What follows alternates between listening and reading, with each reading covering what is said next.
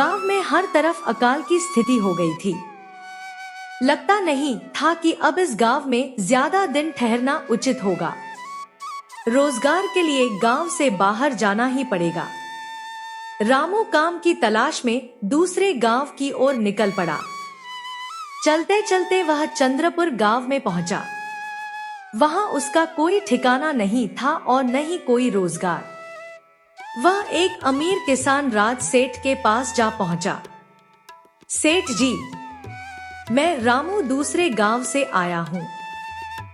हमारे गांव में अकाल की हालत है। लोगों के खेत सूख गए हैं। पानी की एक बूंद के लिए लोग तरस रहे हैं। अगर आपके पास कोई काम मिल जाए तो बहुत कृपा होगी। सेठ ने कहा, अरे अरे, तुम्हारी हालत तो बहुत खराब लग रही है। एक काम है मेरे पास, लेकिन लगता नहीं कि तुम वह कर पाओगे। रामू ने जवाब दिया, सेठ जी, आप चिंता मत करें। कोई भी काम दे दीजिए, मैं मेहनत और ईमानदारी से करूंगा। सेठ बोला, अच्छा सुनो, मेरे पास 50 गायें और 50 भैंसें हैं। तुम्हें रोज उनका गोबर साफ करना होगा और सुबह शाम उन्हें चारा पानी देना होगा। महीने के अंत में 200 रुपए मिलेंगे और 2 वक्त का खाना भी। रामू ने सोचा, 50 जानवरों को संभालना आसान नहीं है, लेकिन अब मेरे पास और कोई रास्ता नहीं। ऊपर से खाना भी मिल रहा है। उसने कहा, ठीक है सेठ जी, मैं यह काम कर लूंगा। एक विनती है, अगर इजाजत हो तो मैं गौशाला में ही रह लूं, क्योंकि मैं नया हूं और मेरा कोई ठिकाना नहीं। सेठ ने थोड़ी देर सोचकर अनुमति दे दी।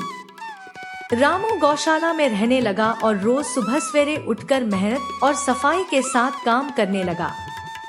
उसकी ईमानदारी और मेहनत से सेठ खुश हुआ और एक दिन उसकी तनख्वाह बढ़ाकर 400 रुपए कर दी। रामू धीरे धीरे कुछ पैसे जमा करने लगा और एक छोटी सी झोपड़ी बनवा ली। कुछ सालों बाद रामू के पास अच्छी खासी रकम जमा हो गई, मगर गांव में चोरी की घटनाएं बढ़ने लगी।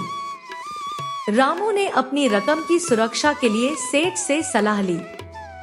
सेठ ने कहा, गांव का जमींदार बड़ा ईमानदार और सम्मानित आदमी है, तुम अपने पैसे उसके पास रख दो। रामू 5800 रुपए की थैली लेकर जमींदार के पास गया। जमींदार ने खुश होकर उसके पैसे रख लिए। 2 साल बाद जब रामू अपने पैसे वापस लेने गया तो जमींदार ने पहचानने से इनकार कर दिया और कागजात मांगने लगा। फिर अपने आदमियों से रामू को पिटवा भी दिया।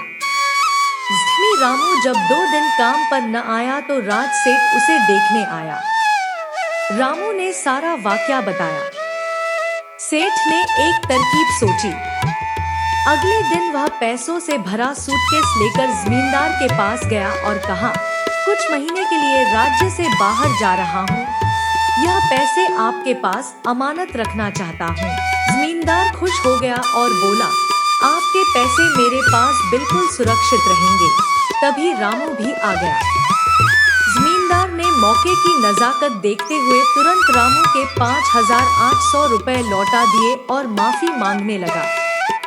सेठ ने हंसते हुए कहा, अब मुझे अपने पैसे रखने की जरूरत नहीं रही। व्यापारी खुद हमारे गांव आ रहे हैं।